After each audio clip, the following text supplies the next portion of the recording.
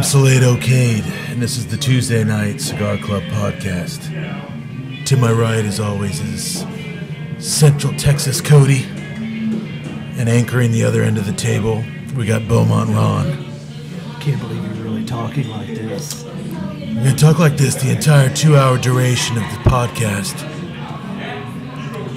No, I'm not. No, I'm not. I was like, oh, this is going to be awkward. I couldn't speak for about 3 days after our last show, the Bronson impression. God forbid I'd attempt to snake Plissken marathon here. I did wear, you'll be able to see on YouTube, I did wear my snake Plissken camouflage pants. I noticed that. Are they camouflage? Well, you have to say are. Yeah, not quite, but they're the closest I had. And, so welcome. This is episode 4, if you can believe it or not.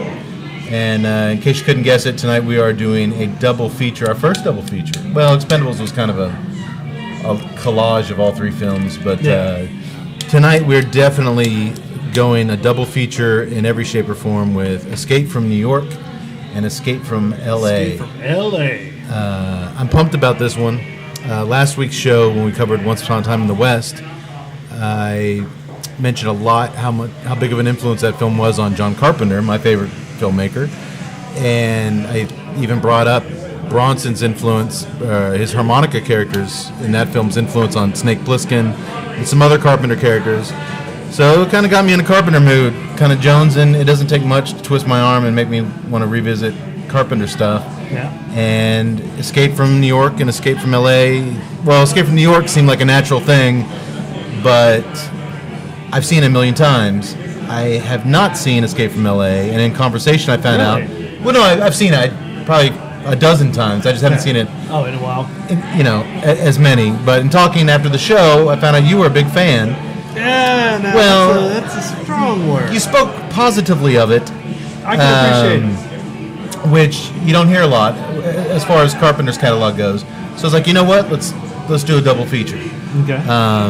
So that's where we are tonight. I'm pumped. You guys are kind of pushing for westerns, pushing for horror. I would have thought our first Carpenter film would be a horror film. I'm kind of surprised that it's not. But here we are, and I'm really pumped about it. Yeah. And so you know what movie we're doing. The cigar, we'll get right to it. We've got a big night.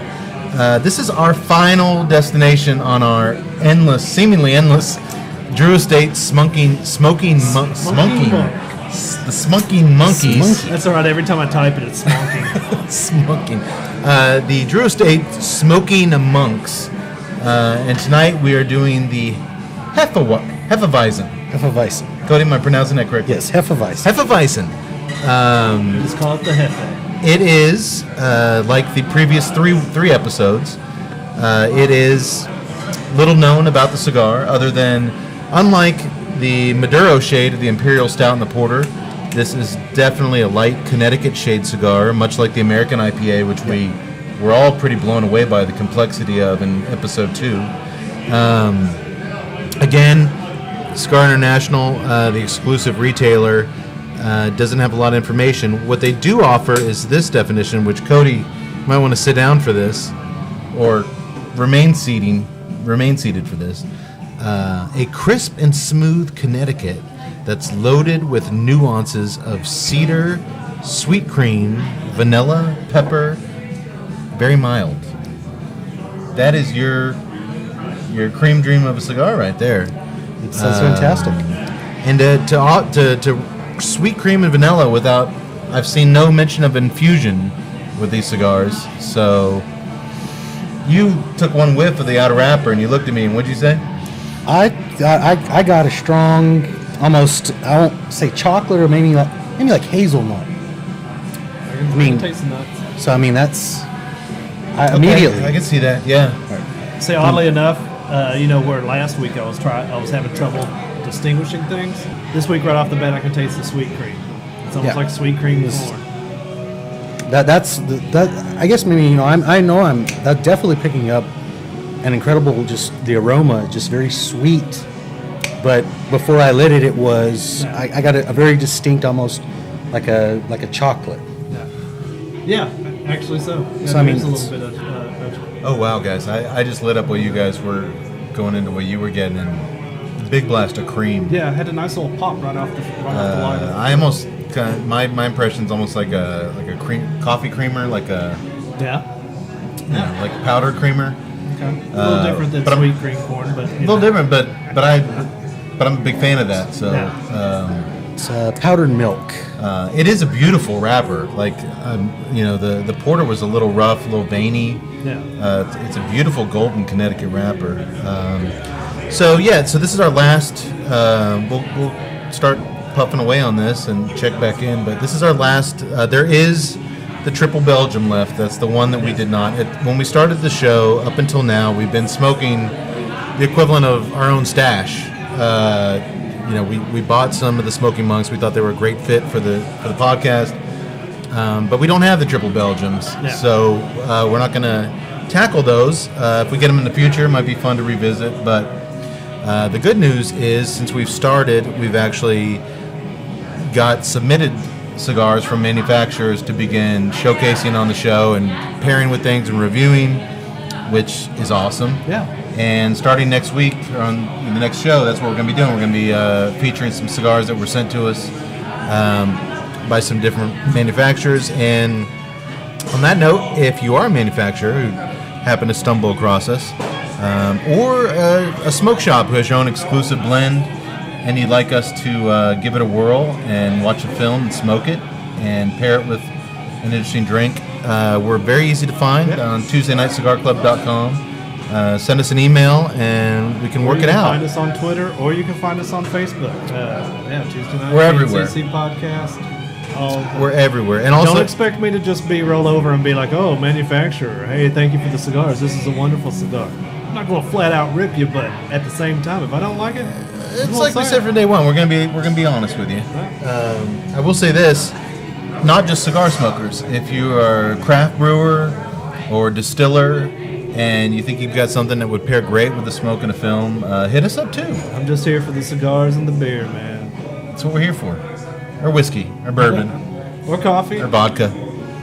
We actually have had a person asking if we I'm review excited their coffee. to do that too. I mean, Yeah. I think we said you can put a lot of booze in coffee. Take their coffee, throw some Baileys off in it. There you We're go. talking. So please hit us up. It's been wonderful to get contacted by these companies, and I can't really get into it now, but there's a pretty major cigar manufacturer that we're in talks with to maybe promote some of their stuff, and we're very young, so any attention at this point being paid to us, we're very grateful.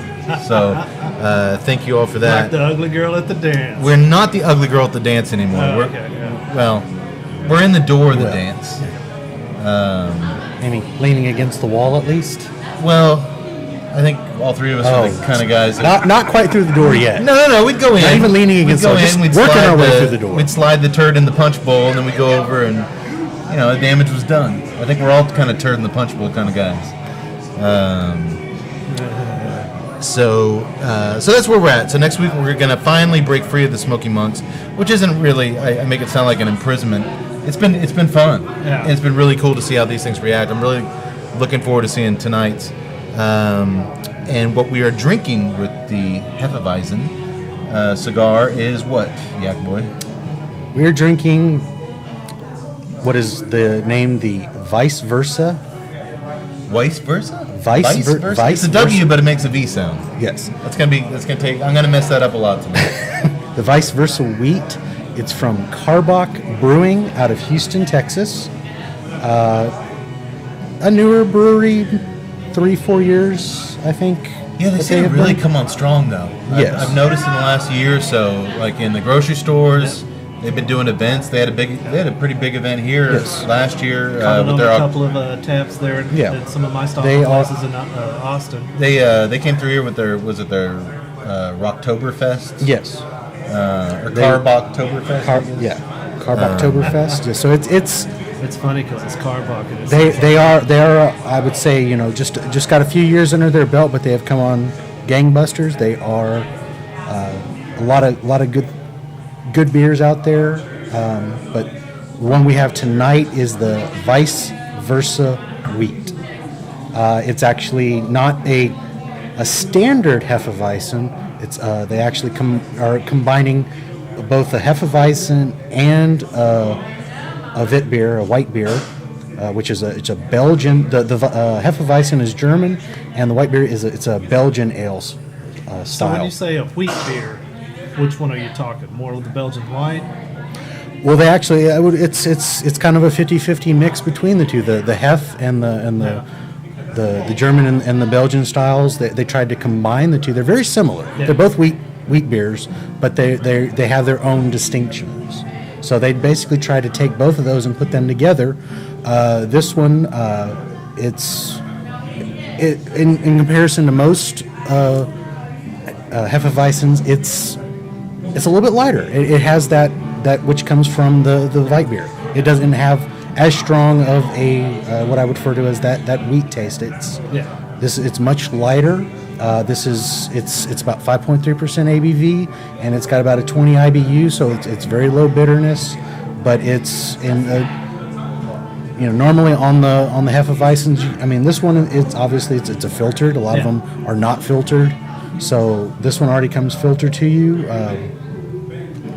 And what I noticed right off the bat with this is that usually if we go to a white beer and the wheats that I've tried previously, it's like the first drink that I have it, I'm like, oh, I like this is good. And then usually by about half the pint, I'm like, this is a little too strong. It kind of elbows me with the white taste of it.